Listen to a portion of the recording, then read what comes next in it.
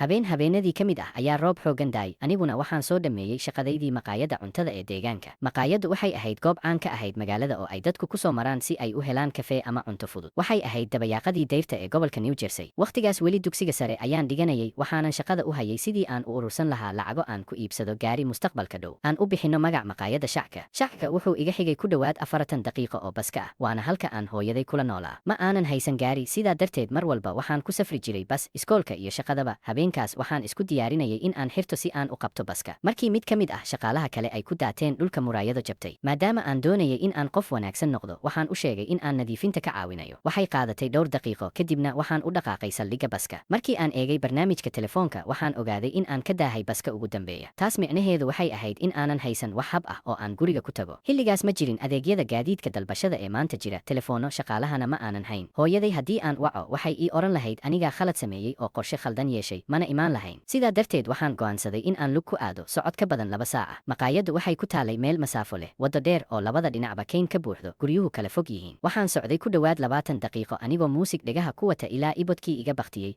Mar walba waxaan ilaawaa in aan shido. Markii muusigii dhammaaday, waxaan soo baxay telefoonka si aan ciyaar ugu dhigo intaan socdo. 3 daqiiqo kadib waxaan dareemay iftiin iga dambeeya iyo dhawaq matoor. Waxaan ku soo jeestay baabuur ayaa si tartiib ah ii daba socday, dabadeedna istaagay dhinaca waddada. Daaqadii ayaa hoos loo sii daayay, waxaana ka muuqday nin aan hore u arag oo i weydiiyey in wax walba hagaagsan yihiin. Waxaan u sheegay in aan guriga u socdo oo keli ahay. Wuxuu xoqay madaxiisa wuxuuna yidhi, haddii aad rabto waan ku qaadi karaa. Anigana isla jiho ayaan u socdaa, wax dhib ah kuma jiro. Aan kuu sharxo ninkan. Wuxuu u ekaa wiil qiyaastii dadaya, si nadiif iyo edeb leh u labisan, wuxuuna xiranayay dhar u eg shaqaalaha dukaanka Target. Waan garanayay labiskaas sababtoo ah walaashay hore ayay uga shaqayn jirtay halkaas. Waan ka shakiyey, laakiin qabow daran baa jiray, socodkuna wuu dheeraa. Ugu dambayn waan aqbalay. Waxaan fariistay kursiga hore, waxaan ogahay. Nasiib darro ayay ahayd, wuxuu ii sheegay in magaciisa la yiraahdo David, wuxuuna sheegay in uu gurigiisa u socdo. Waxaan istaafsanay hadallo kooban anigoo uga warramay sida aan baska u seegay oo qofna aan ii imanayo. Wuxuu qosol khafiif ah ku yidhi, nasiib baad leedahay aniga oo ku soo maray. Qosolkiisa wuxuu igu beeray dareen aan wanaagsanayn, laakiin waan aamusay. Markii aan waddadii u jeedsanay dhanka degmadayda, jawigu uu aamusay. Mar kasta oo aan hadal bilaabo, wuxuu iga siinayay jawaab gaaban. Waxaan mooday inuu yahay qof aamusan oo keliya aan bulshada badnaan jeclayn. Daal badan baa igu jiray, waxaana indhaha iga soo xirmay wax yar. Markii aan soo jeestay, waxaa ii muuqatay inaan ku jirno meel aan garanayn, waddo caro leh oo dhexda kaynta ku taala. Dhismo la'aan, mugdi iyo geedo keliya. Waxaan idhi, David, tani ma aha jidkii gurigayga. Wuxuu ku jawaabay, haa waan ogahay, keliya waxaan u baahanahay in aan hal meel si degdeg ah u maro. Codkiisii iyo wejigiisii way isbedeleen. Wadnahaygu si xawli ah buu u garaacay. Ma uusan ahayn ninkii xishoodka lahaa ee i qaaday, wuxuu isu bedelay qof cabsi gelinaya. Markii aan sii soconay, baabuur kale ayaa soo muuqday, iftiinkiisu uu indhaha nagu dhiftay. Baabuurkaas hortiisa ayuu istaagay David. 2 nin ayaa ka soo degay, isaga oo i faray in aanan dhaqdhaqaaqin inta uu la hadlayo. Saddexdoodaba waxay u muuqdeen kuwa si shaki leh i eegaya. Dabeecadahaygu waxay i tiriyeen in aan aad u khatar galo haddii aan halkaas sii joogo. Waxaan furay suunka, albaabka ayaan si lama filaan ah u furay. Waxaana maqlay qaylo ka timid baabuurka kale, qaylo cabsi leh. Sidaas ayaan ku orday, wax fikir ah ma jirin. Waxaan maqlay mid ka mid ah raggii oo ku qaylinayahay, dabadeed 2 qof oo ordaya. Nasiib wanaag ma aysan ila socon meel dheer. Waxaan dhex galay kaynta, laamihii wejiga igu dhufanaya, wadnahayguna uu qarka u saarnaa qarax. Talaabooyin xoog leh ayaan ka maqlayay gadaal, laakiin waxaan arki waayey cid ku dhow. Ugu dambayn waxaan arkay iftiin, waddo weyn iyo baabuuro mara. Waxaan u booday jidka oo gacmaha kor u taagay. Baabuur waaweyn mid baa istaagay. Anigoo ooynaya ayaan u sheegay wax walba. Darawalkii wuxuu i geeyey saldhigga booliiska. Hooyaday ayaan wacay anoo gariiraya, waxayna isla markiiba ii timi. Habeenkaas dhan waan ooyey, maalintii xigtayna shaqadii waan iska casilay. Booliiska ayaa baaritaan sameeyey. Waxay ku noqdeen waddadii caro ahayd, laakiin ma helin wax raad ah, mana jirin shaqaale Target ah oo magaciisa la mid ah oo deegaanka ka diiwaan gashan. Sida muuqata wuxuu xirnaa dhar been abuur ah oo uu ku doonayay inuu kalsooni iga helo. Qayladii aan maqlayna weligeed lama oga waxa ay ahayd. Deegaankayga waxaa ka jiray dhacdooyin badan oo dambiyo ah. Ilaahay mahadiis ma aanan arag mar kale wejiga ninkaasi. Sanad kadib waxaan u guuray jaamacad meel nabad badan ah. Maantana waxaan ku noolahay nolol degan oo ammaan ah. Dhacday sanadkii 2008. Markaas waxaan qiyaastii ahaa 13 jir. Wakhtigaas waxaan ku noolayn gobolka Florida. Magaalada aan deganayn waxay ahayd sida aad ka filan karto Florida, roob badan, duufaamo soo noqnoqda, kulaylka xagaagana aad u daran. Waxaan la noolaa aabahay, haweenaydii uu guurka la qorshaynayay iyo walaashay. Si fudud u dhigo, waalidkay way kala tageen, hooyadayna waxay u guurtay gobol kale. Aabahay ayaa mas'uul naga ahaa annaga iyo walaashay. Mararka qaarkoodna wuxuu qasbanaa inuu shaqo habeen hore u baxo oo uusan soo laaban ilaa waa beriga. Hal habeen oo ka mid ah, aabahay wuxuu isku diyaarinayay inuu shaqadiisa aado. Dibadda hilaac baa ka dhacayay. Annagana wuu nagu caadi ahaa, wuxuu ahaa bilowga xilliga duufaanta. Aniga arooskayga aabahay iyo walaashay yar waxaan ku fadhinay qolka fadhiga anagoo daawanayna barnaamijka The Big Bang Theory. Da ahaan ma fahmi jirin kaftanka oo dhan, balse si aan garanayn ayaan u jeclayn. Markii aan ku jirnay qayb ka mid ah taxanaha, korontadii si lama filaan ah bay u tagtay. Ma aha wax yaab leh, sababtoo ah mar kasta oo roob xooggan da'o shabakadayadu way daciiftaa. Arooskaygu waxay soo ururisay toosh iyo shumacyo si aan u helno iftiin inta korontadu soo laabanayso. Aabahay wuxuu yidhi inuu hubinayo sanduuqa korontada ka hor inta uusan shaqada bixin. Anaga ayay arooskaygu nala joogtay. Qiyaastii 10 daqiiqo kadib aabahay dib ayuu u soo noqday, wejigiisu cad, neeftuna ku dhegtay. Wuxuu ku riixay faraha bushimihiisa wuxuuna ku dhawaaqay inuusan shaqada aadayn habeenkaas. Arooskaygii ayaa naxday, waxayna weydiisay maxaa dhacay. Markaas ayay dhinac la baxday. Ma aanan maqlin waxa uu u sheegay, laakiin caddaynteeda ka muuqatay in warku culus yahay. Si degdeg ah ayay u kacday, waxayna nala aaday qolkeeda kor yaal si ay noo dhowrto, anagoo arkayna aabahay oo bastooladiisa soo saaraya. Waxaan ku idhi arooskayga maxaa aabahay samaynaya, laakiin iyadu si degdeg ah ayuu u aamusiisay oo igu tiri inaanan hadlin. Daqiiqada kadib anagoo weli sugayna, arooskaygu qof bay u wacaysay. Intaas aniga iyo walaashay waxaan ku mashquulsanay buug aan u akhrinayay si aan u dejiyo. Ugu dambayntii aabahay kor buu u soo baxay, wuxuuna noo sheegay warka cabsigelinta badan. Markii uu dibadda u baxay si uu u hubiyo sanduuqa korontada, wuxuu arkay wax uu dhiiggiisa qaboojiyey. Markuu furay sanduuqa, wuxuu ogaaday in fiilooyinkii la jarjaray. Bilow ahaan ma aanan fahmin, laakiin markaan sii fekeray waan gartay. Sanduuqa si ula kac ah baa loo furfuray oo loo burburiyey. Qof baa sameeyey, qofna caddaan uma ahayn sababtiisa. Qofka arooskaygu la hadlaysay wuxuu ahaa booliska, oo sheegay in ciidan degdeg ah loo soo diray gurigeena. Wax yar kadib, qiyaastii 2 daqiiqo, telefoonkii qolka jiifka ayaa yeeray. Aabahay ayaa qaatay oo dhowr jeer yidhi helo. Kadibna cod nin ah ayaa yidhi waxaa jira nin gurigiina ku jira, wuxuuna sheegayaa inuu dili doono aabahaaga,